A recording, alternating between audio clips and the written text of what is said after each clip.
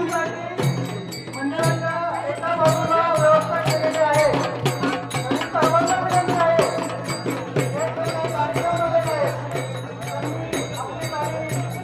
मंदिराच्या एका बाजूला ज्या ठिकाणी पार्किंगची व्यवस्था केलेली आहे त्या ठिकाणी लावायचे. धन्यवाद.